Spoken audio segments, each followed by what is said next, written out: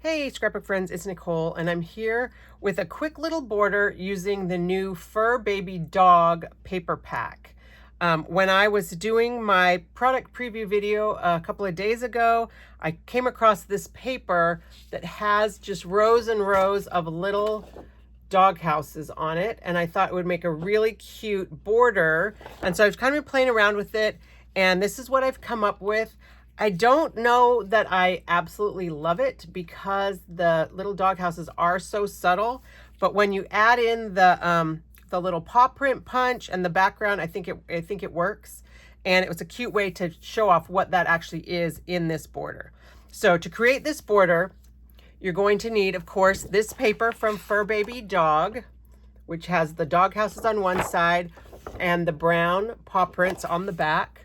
Then I also used the little orange with the hearts, and on the back is all the words, the little words about the dogs.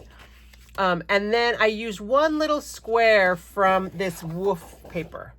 Now I was trying to just use everything that's with this collection, just in case this is the very first Creative Memories product you're ever buying. I know you'll have all the pieces, but you could absolutely substitute brown, like the Hot Fudge cardstock, maybe some blue cardstock. I think some blue shimmer would look good here.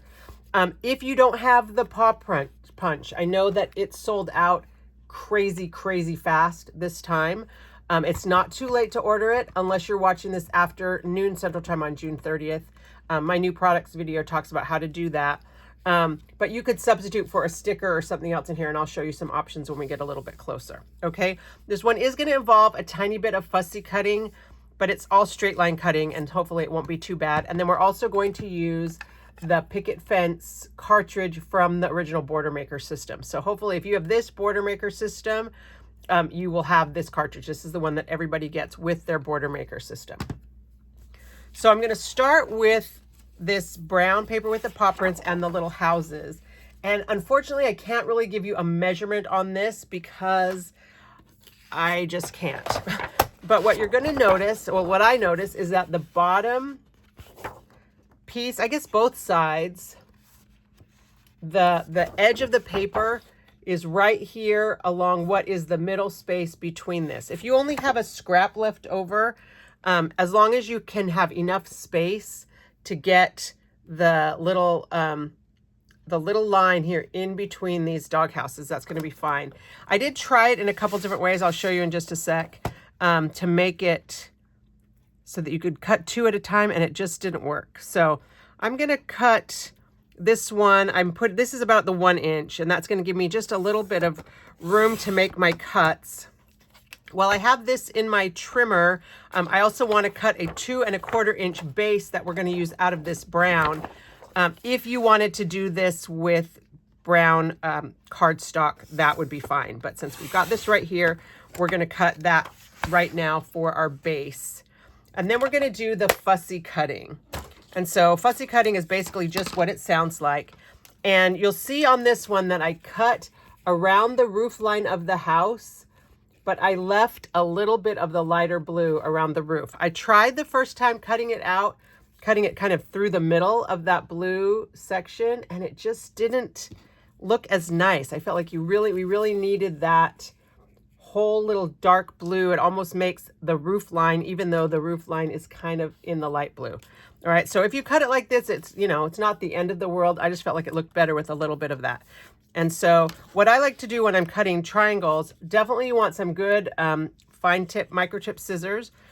And I'm going to cut all of the pieces in the same direction. So cutting from the outside down, leaving just a little hair of the light blue on the edge of the dark blue.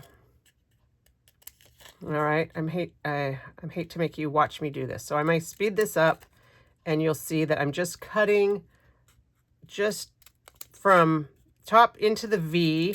I'm not trying to turn and come back out the V. I feel like that is more difficult. So I'm just going to cut every one of these little V's. Actually, maybe I don't need to speed it up. I guess I can do it. If I'm not talking, if I don't try and talk and cut at the same time, I can do it relatively quickly.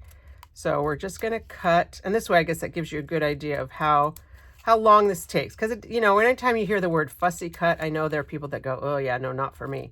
But so now I've done all of that first direction of the V's, and then I'll just turn it this other way. And this one's a little bit harder because you can't see, you know, your scissor kind of covers over the line. But hopefully you'll be able to just go back and cut this same, just a hair above the blue line. And that one I went down a little bit too far. It kind of crisscrossed over, but that's okay. So we're going to have this little row of dog houses. All right. So this one is a little bit trickier because you have to catch the little piece and make sure that you cut all the way off. But I hope that you will see that it's not that time consuming. It does make a little bit of trash, but I think it's worth it. All right, here's my last piece that I'm going to cut. And so I'll show you again the one that I cut previously that I was trying to be frugal and cut through the middle of the dark blue line. And I hope you'll agree that it just looked a little bit nicer with the little roof line. Can you see that? It just added a little something to have that full roof line. So sorry we couldn't. I was hoping that we could cut, you know, down the middle and then we can do two sides. It just didn't work. But you're gonna have enough paper that you can do this on. You know, you can have enough that you can do two borders facing each other. Now we're going to take this 2¼ inch strip that we cut, or your brown cardstock. I'm going to call this the base. So this is a 2¼ inch by 12, and we're going to punch both sides with the picket fence cartridge. Now 2¼ is too skinny to fit in our border maker system. You'll see when I put it down here, I'm going to line it with, and I'm going to flip it upside down. Because I feel like it's a little easy for you to see. But I'm going to line it up here with the edge of the paper guide. But when I go to close the magnet strip, you see it's not even touching the magnet strip. So this is when the magical Post-it note is going to come in handy. I like to put the paper in first, and then I'm just going to stick a couple Post-its on here so that when I close the magnet strip, it has something to grab, and that's going to still keep my paper away from where, you know, the right distance away from the edge so that I can do the punching. All right, hopefully everybody knows how to use our wonderful border maker system. And I feel like this picket fence cartridge doesn't get a lot of love. It's not one that we see in videos very much. And I think it's because it's not like the new thing. We see whatever the hot new punch is, and we forget about a little old faithful border maker punch. So this does make quite a bit of confetti. We're not going to use that. And now we have to take this out.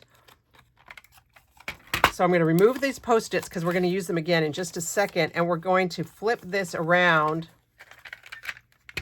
and punch the opposite side. So once again, you'll be able to take the straight edge and align it with the straight edge of your border maker. But before you close this down, take those same Post-it notes and just...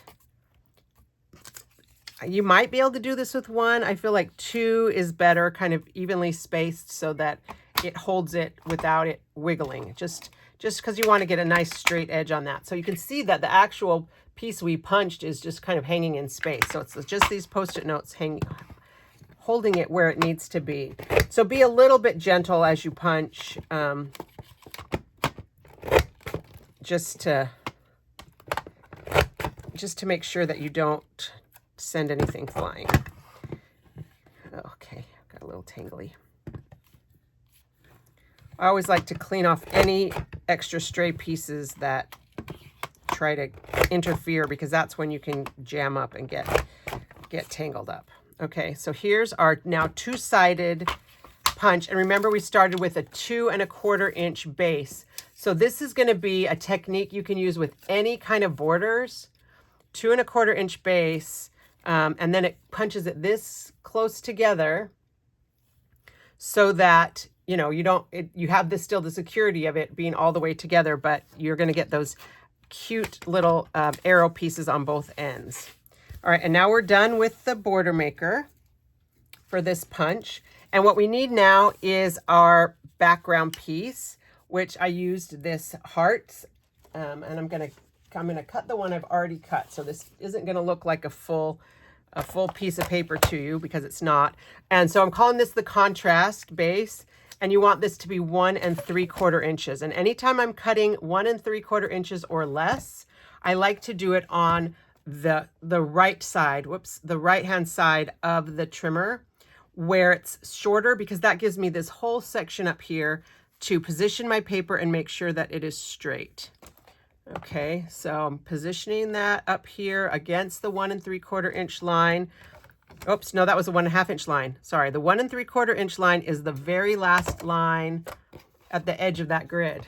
Say 1 3/4 inch line. You know what they say in woodworking, it's true in scrapbooking: measure twice, cut once. So that's my 1 3/4 inch. Oh, except I didn't do it at 1 3/4 inches. We want a 1 1/2 inch. So there's my mistake. So we'll just trim this guy down. I guess I'll do it on this side now, so I can hold it. Nope, that's 1 inch. Goodness sakes.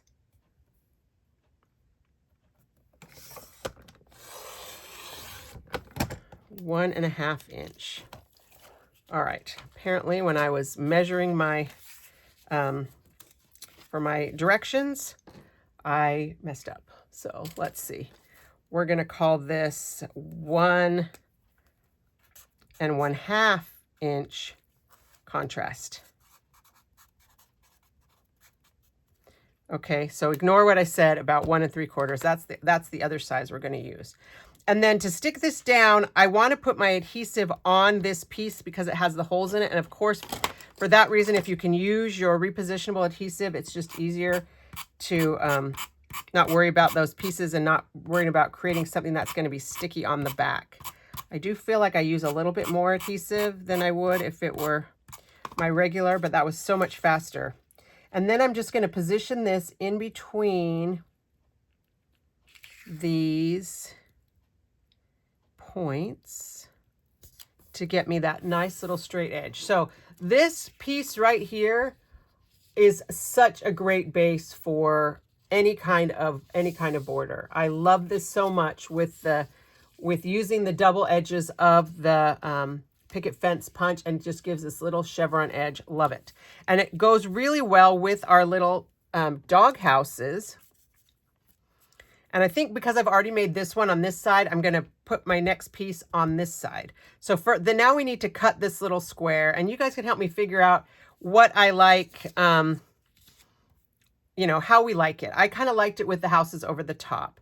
So I did use the square punch to punch the blue square, but you could absolutely just cut this with your regular trimmer if you have a regular trimmer. I do want it straight because it's got words on it. Okay, so there's my 1 1/4 inch square out of the blue. But then before I start putting it together and cut the outside square, I want to punch my paw print punch. And that was the same paper that I cut I put it up here. The same paper that I cut the houses out of, it's going to be the back of that. Again, you could use this on brown cardstock if you want. But the technique I'm going to do, I'm actually going to punch 3, and I might punch 5 just because I'm here. I like to position my punch with the paper at the edge right here, and that way I just figure out that I have pretty good spacing. So I'm going to punch my first punch. This one doesn't fall through to the bottom. If you'll notice on the bottom, this is closed in. Oops, I got an extra little piece in there. Closed in, so the piece doesn't punch. So you want to make sure that you pull this guy out. Oops, I guess I didn't punch through all the way. Pull this guy out before you punch the next one. And what I'm going to do is I'm going to now line up this edge, not with this edge right here, although that might work. Now, let's see how wide this guy is. It's 2 3/4 inches, so that's not going to give me an even 12. I'm going to line it up with this edge of the second paw, and I think that's going to give me the spacing that I want to, again, pull it out. You only need 3 for this technique, but I'm going to go ahead and cut 5. I might be able to cut 6, actually. If you could cut 6, that would be great for, oh, look at that. For if you're going to do 2 of these. So we're going to cut 6. I think that's going to work. Look at that. Worked perfectly with my 6 little paw prints. I'm not going to use these little insides this time.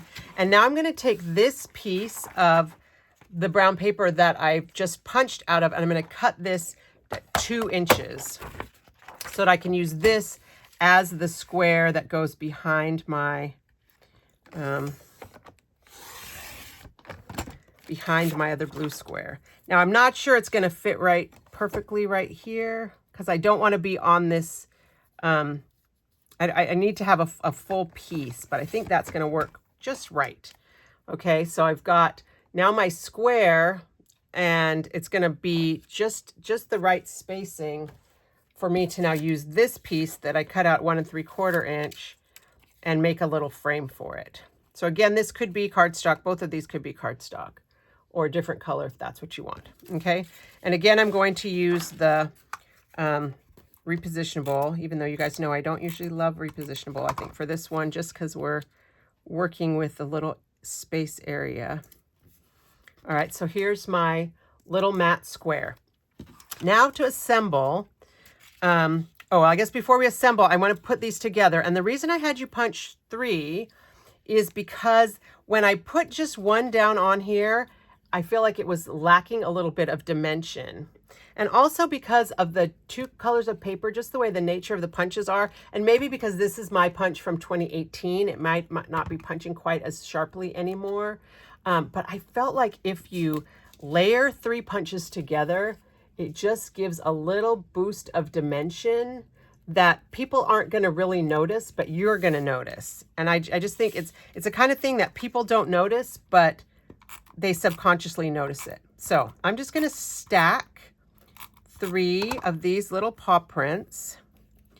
And some of these really are showing a whole lot of that white coming through. So let's see if I can find one that I feel like punched darker. This one I think is a little bit better. You could also, if you wanted to, and I've done this many times, is take a brown pen and kind of trace around the edge. And I will actually pull out a brown pen if I can find one and show you what I'm talking about. So this happens to be the dot tip pen. But I've got this white edge on here, which I don't love, but you can just take your brown pen. Actually, the not dot tip pen probably would have worked a little bit better for this. But just kind of go around the edges. Yeah, the dot tip isn't going in as nicely, but I didn't want to have to dig for my other brown pen while you guys are sitting here waiting. So I'm just going around the edge. I like to do it from the back. And like we do with fussy cutting, I don't know if I talked about that with this time, but I like to work from the, having the pen stays kind of still. Although I just broke that rule, but keep the pen stationary and then have the paper that you're working on move. Okay, that didn't work great with the dot tip. So I'm going to just go back around to the regular fine tip. And I'm not going to take time to go do the inside, but if you, you know, if you have a little bit where it's feeling a little bit white and not, you know, that's not the color you're going for, a little bit of just pen around the edges. And it doesn't even matter, like, if you mess up and draw on the front of the design. You know, no one's going to know. Again, no one's going to know except you, and nobody else will notice. Oh, look, I just did it. Now I'll show you. I said I wasn't going to go around the inside, but then I decided to go around the inside. I won't do the inside of each little fingers. I don't know what they're called. Little boopsies on the paws. All right. So right here you can see maybe that I went off with the pen, but because this is that kind of textured pattern paper, you really can't tell. And I just felt like it gave a little bit of dimension. Optional, you guys know how I am. I always like to, you know, make things a little bit more difficult for myself. So this was our square, and you can decide if you want to put it over the top completely. I haven't stuck these houses down. You could absolutely put this over the top, just like that. That would be super fast, super easy. you're done. But I kind of liked having it be behind the houses. I tried this without the square, just the paw print. That's okay too. I mean, that could be really cute if you don't want to deal with the square or using this extra paper. But I liked it with the square, and I liked it by putting it behind. So I'm going to kind of figure out where I want this. On this side, I did it about like 2 houses in. This is, oh, this is the opposite pattern. So I'm going to go in maybe about 1.5 houses in for this side. And I lined up the corner of the brown kind of with the corner of these houses. Okay. So then this is just on here, not exactly centered. Maybe I want it more centered. All right, that's going to be good. And then I'm going to stick down my little row of dog houses. And I put it up like a 1/4 inch from the bottom. I just use these little row of hearts to line it up. I love when the pattern has something that makes lining it up so easy. So easy. Okay, and now I'm going to take my little paw print and again some repositionable and put this on right here. And I liked it up and down. You could do it at an angle if you wanted. Now, if you don't have the paw print punch and you wanted to do stickers, or if you wanted to add stickers, oh, here they are. We have these, the stickers are really cute. I think this Captured Our Hearts would look really cute on here. Maybe even in conjunction with the paw print, you could do the Captured Our Hearts. You could do Puppy Days would look cute on here. Woof, So Spoiled, any of these would work. You know, even if you wanted to not put the paw print and you wanted to put the little dog sticker on there in that square, you could do whatever you want. But that's it. That's a speedy little border. And now I have 2 of them. So all I need is some dog pictures. We are a cat family, and yet I love this little dog house so much that I wanted to do it. So if you're local to me and you have a dog, I might be calling you to borrow your dog just for a quick couple photos so that I can use this on a scrapbook layout. And then just for your layout, I love this paper with the paw print. If you just wanted to do one, I think you could put this across the top. I'll move up a little bit. Sorry, I was trying to be in close so you guys could see what I was doing.